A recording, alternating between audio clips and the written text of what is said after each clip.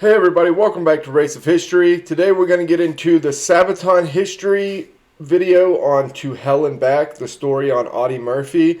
We did the song 2 days ago, I think, and it's a different tone. It's talking about something a little more serious, which I'm kind of glad. I was wanting to slowly work into some more serious historical topics. And so this was a good one to start that trend with. So obviously, Audie Murphy, very, very well decorated World War II hero. Also very well known as, like a celebrity here in the U.S. He did a whole lot of different things, but also severely struggled with PTSD after the war. And so I'm anxious to see what Indy has to say about it. I'm Indy Nidell. And I'm Joachim from Sabaton. And this is Sabaton History.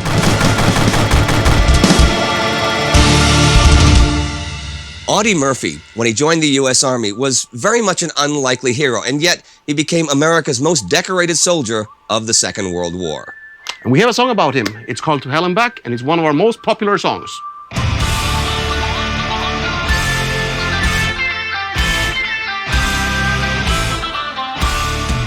Now, he's going to tell you about the song To Hell and Back. I'm going to tell you about Audie Murphy.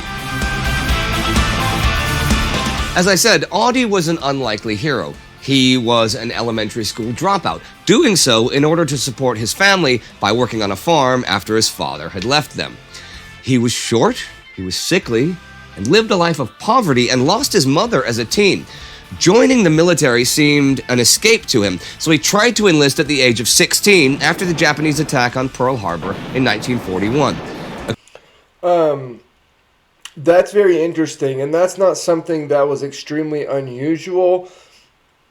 There were a lot of soldiers or people, I guess, who went to enlist once Pearl Harbor was hit. That's something that I really wish that I would have been around to see. The closest thing that I have in my lifetime to compare it to is 9/11. And I can say from 9/11, it was a very, very different tone in the U.S. The U.S. is kind of known for being very easily divided and having a lot of infighting and political infighting and things of that nature. When 9/11 happened, it was as if all of that stuff, all of the issues that seemed so important the day before were pushed to the side, and there was a singular vision for everybody in the country. It was a very, very interesting time period, and I would imagine it was that way for Pearl Harbor, if not more so. And I can also say, maybe not for the overall best good, but there was also this very, strong resentment and feeling of wanting revenge throughout the general public. And I feel like that probably was also the case for Pearl Harbor. According to Army records, he was rejected by the Marines and the Navy as too small and too underweight. He was just 5'5" and weighed but 110 pounds. Wow. Interestingly enough, they don't mention him being underage, and I assume that he lied about that. The Army actually doesn't mention him ever falsifying papers and says he joined a few days after his 18th birthday. But since he was born in 1925 and joined the Army in 1942, well, do the math. He had shown remarkable rifle skills early on, hunting small game on the farm, and this was noticed in basic training. And it did in fact seem that despite his size, he was a born soldier, tough, capable, and determined to prove himself. In the spring of 1943, he was trained in Morocco and Algeria for Allied landings in Sicily. The fighting there was vicious, and Murphy soon made a name for himself as a warrior. A short man from Texas, a man of the wild, thrown into combat where bodies lie piled. Hides his emotions, his blood's running cold. Just like his victories, his story unfolds. The Allied invasion of Italy had bogged down by the end of 1943. The Germans held fast on the Gustav defense line, and under Field Marshal Kesselring successfully fought off the Allied advances during the ongoing Battle of Monte Cassino. British and American High Command wanted to open a new front to bypass the line and outflank the Germans. If doing so could also cut their supply lines, it would force them to abandon Monte Cassino and eventually be pushed out of Italy. Okay, before Indy keeps going, I am always really surprised at how well the German army does, both in World War I and World War II. But, I mean, think about what is happening right now for Germany, how, kind of spread thin they are, and they are able to hold up really, really well in certain areas. Even in time periods where you would think that resistance is kind of shoddy or would be kind of shoddy, I feel like they hold on for longer than anticipated. And even though this sidestepping is going to end up being overall successful, and Rome will end up being taken here, still, the fact that the Germans held on in specific situations like this as long and fought as hard as they did is a credit to the German soldiers of the two world wars. On January 22, 1944, the American 3rd Infantry Division approached the beach south of the town of Anzio, while the British landed north of the town. The, by now, Sergeant Audie Murphy of the 15th Regiment of 3rd Division would join the combined British, American, and Canadian attack force in the second wave. The landings were made in secrecy. By midnight, the men had advanced a few miles inland, confronted only by a surprised company of German soldiers who offered little resistance. Major General Lucas, in overall control of the operation, ordered his forces to stop, not really believing that they had actually achieved total surprise and could march into the German flank. Instead, he chose to stay put, strengthen his beachhead, and wait for reinforcements. It is debated whether Lucas was too cautious, but a strong German force was actually already soon to arrive. The Germans were surprised by the landings, but were not in disarray. Kesselring had made plans for such a contingency and sent out General Eberhard von Mackensen's 14th Army to face this new threat south of Rome. And yes, he was the son of August von Mackensen, whom all my Great War Channel fans will remember very well. Allied High What a great hat that was. Command was frustrated by Lucas's hesitation, for it took 7 days of infantry and armor coming ashore before he ordered an advance. By then, the Germans had fortified their positions, causing heavy losses to the advancing British and Americans. Mackensen then began his own attack to push the Allies to the sea. The Germans were actually close to achieving this, but the Allied defenders kept them at bay. Well, on March 2nd, Murphy had marched his platoon to a strategic crossroads near Anzio. And all along the shore, where cannons still roar, they're haunting my dreams, they're still there when I sleep. Waiting in the ruins of a farmhouse, he spotted at least a dozen panzers coming down the road and called in an artillery strike, which disabled the lead tank. Murphy shot one of the crew members, but the rest retreated with the other tanks. Upon returning to camp, Murphy's commander wanted them to go back and actually destroy the tank. Armed only with improvised Molotov cocktails and grenades, Murphy and his platoon approached again at night. He crawled towards the Panzer, but the Molotovs failed to do the job. The hand grenade he threw did explode inside the tank, but also alerted a German patrol.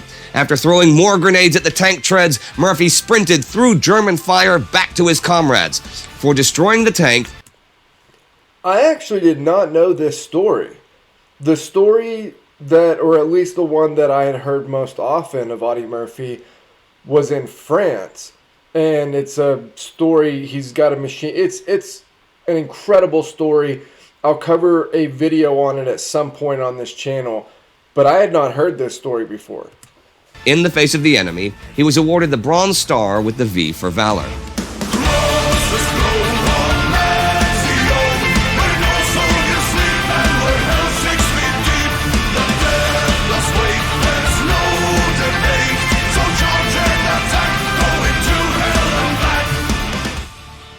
To not only overcome the stalemate, but to break through the German lines, the Allies resorted to a major offensive all over Italy, an attempt to shatter German resistance with a combined attack. They made two plans. Plan A, Turtle, said that once the breakthrough happened at Anzio, they would advance to outflank and hopefully encircle von Kesselring's forces. Plan B, Buffalo, was an alternative.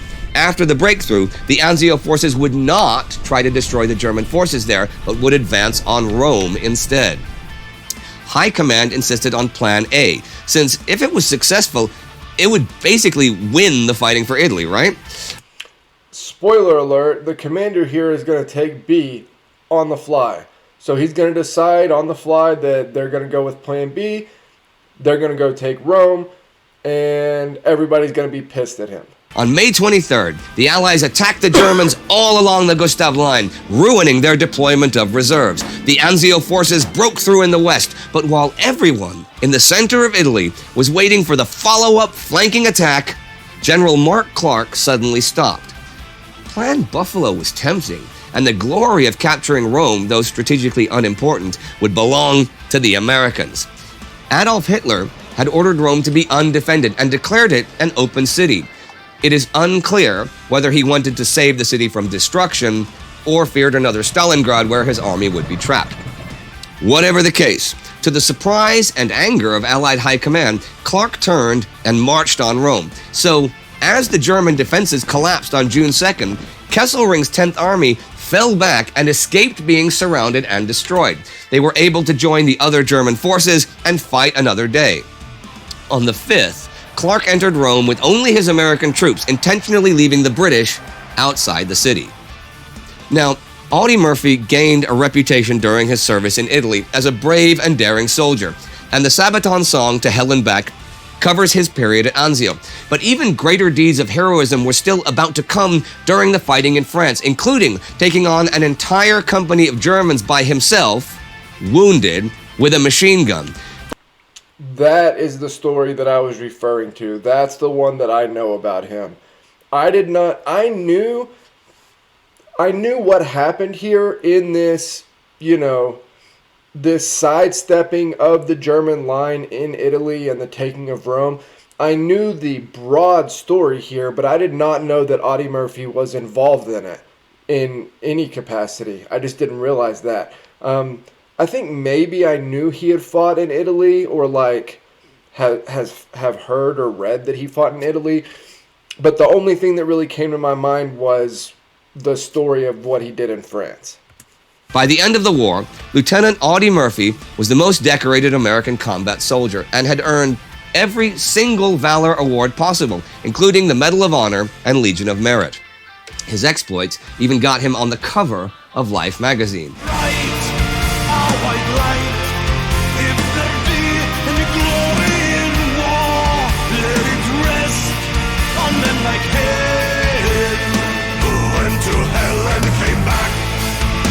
But like many other soldiers, the war would never really leave him. He did become a worldwide movie star, playing himself in To Hell and Back, the title of his biography. But Murphy also suffered severely with what we now call post-traumatic stress disorder.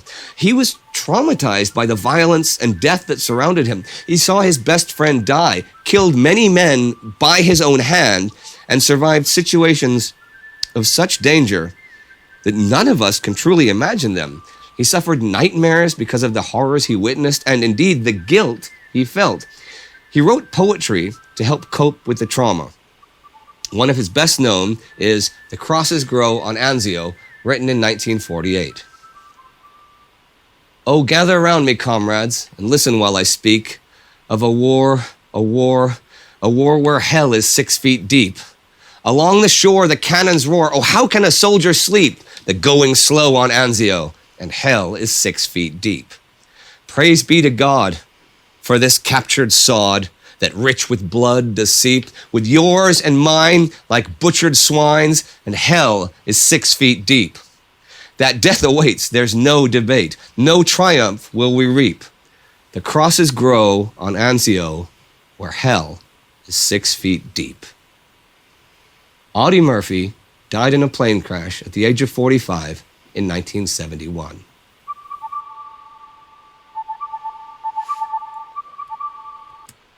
Okay, real quick, before they get into the music for this, I want to talk about something because leading into World War One, and there were lots of survivors of World War One who talked about what they thought war was when they enlisted, right? The idea that you were going to have other people around you, brotherhood, fellowship. There was glory in it, and that's very. It's heartbreaking, really, whenever you read their stories, but that it makes me think of Audie Murphy, because if there is glory in war, he came out as much on top as you possibly could. He wasn't killed, he wasn't maimed, he got every, combat medal imaginable. He became, a movie star, was incredibly famous, and even with that, he never really got past what fighting in the war had been. And so that's the glory of war. That was as good as anybody could have possibly come out the other side. And it literally tormented him for the rest of his life. So, as you can imagine, for the other soldiers who were not that lucky, who died in France or in Italy or in the Pacific, or for World War II, in Finland or Russia, they died there, or they're maimed, or they're blind, or something has totally changed in their life, and not only that, but then they don't receive the accolades or the money or promotion or anything like that, and they're still left with the brutal scars that remain long after they leave the battlefield. And so I don't know, that's an interesting paradigm to me, that like this is the glory of war. This is what it is. This is the reality of what it looks like. You could do great things, but when the war ends, if you're still alive, if you still have all of your limbs, chances are you still didn't make it out unscathed. So that's just that specific phrase, glory of war, makes me think of Audie Murphy. And actually, about a year ago, I went to Arlington National Cemetery outside of Washington, D.C. Quite a nice place. You been there? I have actually been there, yeah, but not for many, many years. And that you were there because that's where Audie is buried. Oh, yeah, sorry. Yes, Audie's buried there. And, that's kind of cool that you would pay your respects, especially, based on the song. Now, you said earlier when we were talking that you had contact with Audie Murphy's son. Yeah, he came to one of our shows in the Greek Theater in L.A., actually. He gave us one of the To Hell and Back movie posters from back in the day. So that was pretty brilliant.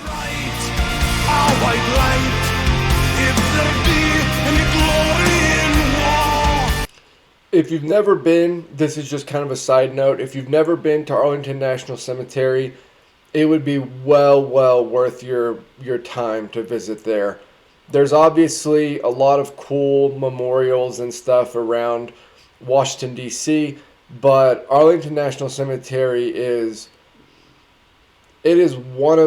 gives you one of the wildest feelings ever to walk through there, through all of the tombstones, through the crosses, the tomb of the unknown soldier. It's very easy to get emotional, but I could not recommend going enough. Now, this song is one of your biggest songs. Yes. Right? Was that planned? I mean, when you wrote it, did you say this is going to be the single, or how did that work out? Or was it a surprise? Well, it was a surprise for most people, but I had this idea that I wanted to mix, spaghetti western music, like Ennio Morricone style music, with heavy metal. Everybody in the band thought I was crazy. As we were doing research for the album Heroes, we found out that this guy, who was one of the most decorated soldiers in World War II, was actually also a Western movie star. And a Texan like me. Yes. So that Yeah, like me. worked out perfectly, and I think it's one of the songs I'm most proud of, actually. Now, I was talking to Perry, your bandmate, and he said something that his son was happy that you had not done just a country song about him again, like a folky country Yeah, song. it seemed he was a little bit tired of the country ballads, another ballad of his father. And Instead of hard-hitting metal. Yeah, we're sort of celebrating his memory instead of, crying over it, Once again, To Hell and Back, the story of Audie Murphy and his exploits at Anzio is on the album Hero.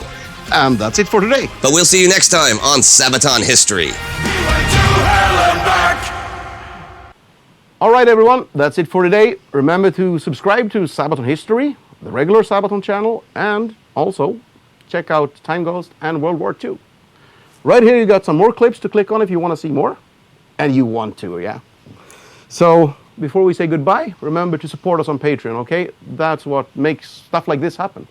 So, thank you very much, and I hope to see you all on the road. Yeah, this was another really good Sabaton history episode. I'm hoping to get another video out this afternoon, whether it's a Sabaton song or part 4 of the D-Day series. One or the other. I've had a really, really busy last couple of days. Really busy. Some of these videos over the last handful of days I've recorded in one sitting and then scheduled to put them out because I've just been running around nonstop. I've had so much going on. But if everything goes as planned, I will have another video out this afternoon. These Sabaton songs and history breakdowns, they are so damn good. They are so good. And they're, like with this one, you're not really, you are talking about a historical character, but it's really something else entirely. You're really talking about war and PTSD and the scars it gives soldiers. And I don't know. I've said this 100 times since we started the Sabaton stuff, but I love the way that they do this, and I like the way that they set up for these conversations to happen. So, as always, like, comment, subscribe. Help me keep building the channel over here, and I will see all of you next time.